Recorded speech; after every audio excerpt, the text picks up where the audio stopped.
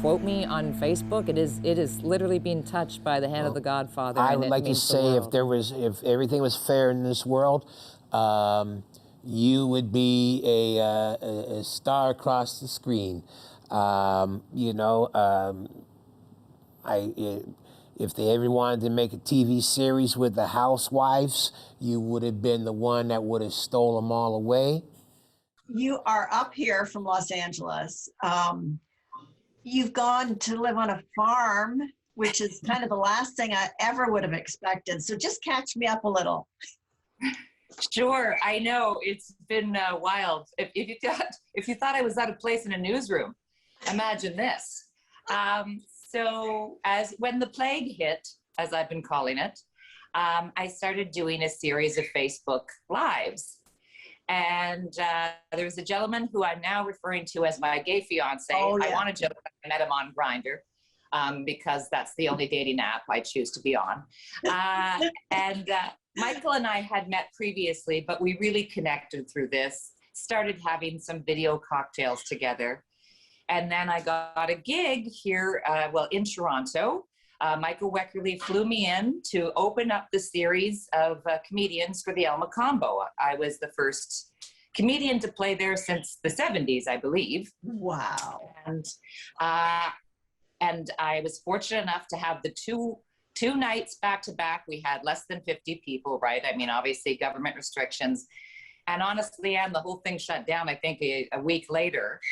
But, and I had fully intended to go back to Los Angeles, but Michael Stewart Webb and I started doing a couple of projects together, and cut to, I'm the guest that never left. I came up here north of Toronto between Barrie and Collingwood. It's a horse farm, and I became full vegan, a lifetime of dog loving. I am now a cat person as well. And then I watched Firefly Lane, and damn it if I didn't become a Katherine Heigl fan. I don't know who I am, Anne. If I had the same effect on people as I do on dogs, I'd be living in this place. That's the beauty of being Carla. I mean, from the Weather Channel to a newsroom to LA and farm life, it's just endlessly interesting, Carla. And so you mentioned that you've gone vegan, and I understand that you and Michael have written a cookbook. I mean, we are again. Yeah. Well, Say the name. The Doucheless Vegan. That's my contribution, and the rest is Michael. So when I came to the farm, and I've been a lifelong animal lover and activist. That. Yeah. But I had been, say, a pescatarian, and I thought, okay, Michael's a vegan. Again, I only thought I'd be here for a couple of weeks. I'm like, I'm going to go full in. You know me, it's never halfway. No. I would join a cult in a second. If they had a good pitch, I'd be, all right, I also worship the moon. But this is something I tried in the past, and really, for me, it was important. And Michael made it so easy, and he was cooking these delicious meals and had all these hacks. And I said, look, if people knew about this, they would at least try Meatless Mondays. But I find that vegans, my joke is, I've become a vegan. Don't worry, I was already annoying. Because, the vegans are so militant. And I said, what if we have a different approach and we don't try to convert anyone? We just tell them how it's benefiting us. We joke around. We call ourselves the modern day Halston and Liza. Obviously, we just watched that and we're like, this is us. I think we've been reincarnated. Yes.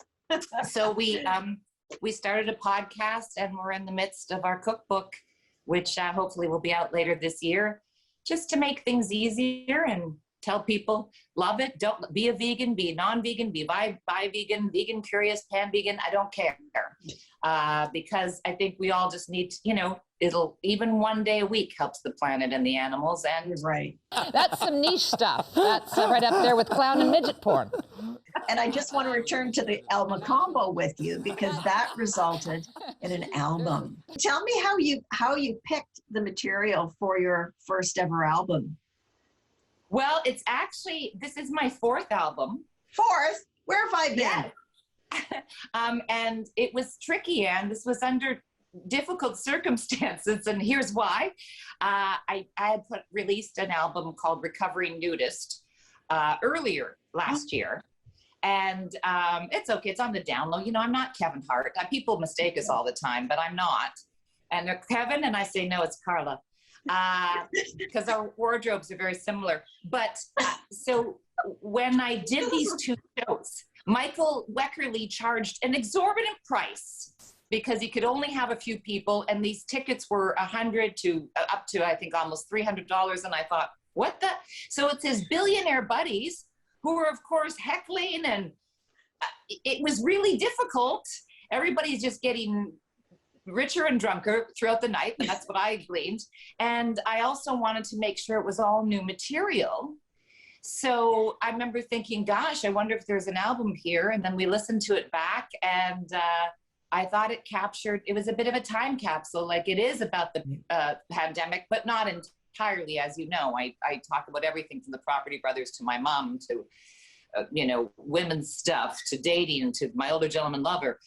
Everything. Right. So, but when I went through it, and I was very lucky to get Millen Curry Sharples, another one of our pals who we knew from the CTV days, and he said, I will edit this. And so it came together, and I thought, let's do it. I know there were other people, but it was hard to get an album out this year. So we thought, let's publish this and give people some new material. I love God you. is great. Thanks for spending a little bit of time with us. I'm glad to have been here. This has been an honor and a plum-pleasing pleasure to spend time with you, who I absolutely admire. And I think you're a great artist. It doesn't hurt that you fan as hell either. You know your fan is frog's hair. You're so talented. And so David Steinberg knows this. And what do you have in store with him? Well, I sure hope it's still in store, because in February 2020, I got the news from another big producer, David Devona, that he and David Steinberg were teaming up to produce my first US special. So I was through the roof. I called my brother in New Zealand. I was so happy. And then March 13th, I performed at the Comedy Store in front of Steinberg. He and his wife wanted to, see me in action. They had only heard rumors. And I tore the place apart. It couldn't have gone better, but I remember thinking in the back of my head, because I was already doing some end of timesy jokes, and I thought, I think this thing is gonna shut everything down, which it did. So I'm hoping now that California is reopening, that we will be able to pick up, because we were in pre-production, and I hope we can, of course, go through with this. Everything is so changed, but because, Anne, I've thought about you because of my broadcast experience. I have no trouble with all the Zoom shows and performing to no one, except for a series of animals or one person, because, that's what it was like often with TV and radio. You didn't get feedback. So I joke that each Zoom show is shaving 6 months off of every comedian's life. But for me, it was, I was able to keep working out, let's say. And this is the Carla Collins Rocks the Elmo Ultimate Drag Show. Hi. So good to be here. It's terrific. You have such drive and energy and good energy. And that's so important, especially nowadays. And, pandemic is a time when people they're getting moody. So this is the perfect little pick-me-up, big pick-me-up, if you ask me. So I'm so happy you've done this. And also, I was thinking about it this morning, except for Jean Smart and Hacks, you don't see glamorous female comedians. And you are, right? Well, you don't. I try to do a little ham and glam, and, and I think I push that because, I started comedy very young and then immediately jumped out because I did not have the thick enough skin, and people were horrible and very mean. Mostly about my appearance, which to them, I guess, did not fit. But I don't know. I never understood it. And so for me, I'm just comfortable. It's kind of my armor. I love fashion. I feel like that's my look. And no one ever picks on the fellas about what looks they decide to wear, if it's a suit or... And, if people are comfortable in a hoodie, that's great. But for me on stage... that's a big part of it as my, wacky, and it's something fun and it's something escapism, and it's always been a big part of my life, as you may remember. It's very basic. Calm down, Sharon Stone. It's basic bitch instinct. I'm impressed that you've never let it drop. So, you know, I think that's wonderful. That shows your love of it and your naturalness in it. So, Well, you know, there was big pressure for me, you know, go on stage, wear jeans, don't wear makeup, don't do this. And I just thought I'd find all this ridiculous. Because again, you have to be yourself. yeah. When you're on stage, I think that's where the best humor comes from honesty, from authenticity. And I like to apply my makeup with the subtlety and panache of a drag queen when I'm on stage. Listen, when I'm around the farm and animals and working out, of course, I only have two looks, completely natural, where young children may go, what's happening with that hair? Or on, you know, or completely done up. And I just think people have paid money. It's a show. I think there's a respect in that, you know, to bring it and be dressed up and give them a night out. I see you brought a dog. Yes, well, I am the poor Irishman's version of Carla Collins. Now, Carlawood is on Amazon Prime now. And so how many times have you rewatched it? Well, it's difficult. I tried to watch it with a friend the first season. You know, my mom is on there, and I it know. was hard. Your It was mom. hard, Who opened to for be you? honest. So I didn't make it through. Yeah. Yeah, it's but wonderful that she's captured there, and you know, I firmly believe that she's brought Michael and I together, and but I'm, you know, and to be honest, and I know you and I share this bond, and I'm still working through the grief. Yeah. Yeah. You don't get over it. I think No. you relearn to live in a way. And your mom did open for you. So not only did she get you going to begin with in the early days, she was there doing it with you.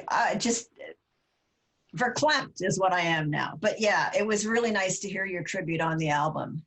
So Yes, she's, you know, there was a larger tribute on a former album, but I've made a promise that every album or every show I've done, I mention my mom. good. So because she never missed a show, so I feel like that way she's still with us. That is so cool. Sometimes you climb out of bed and you think, I'm not going to make it, but you laugh inside, remembering all the times you felt that way and did. It's now sitting on me, and finally, life is as kind as you let it be. I hope during this time and any time of the year, all your stars are laughing. Marry everything. Captain Morgan's position.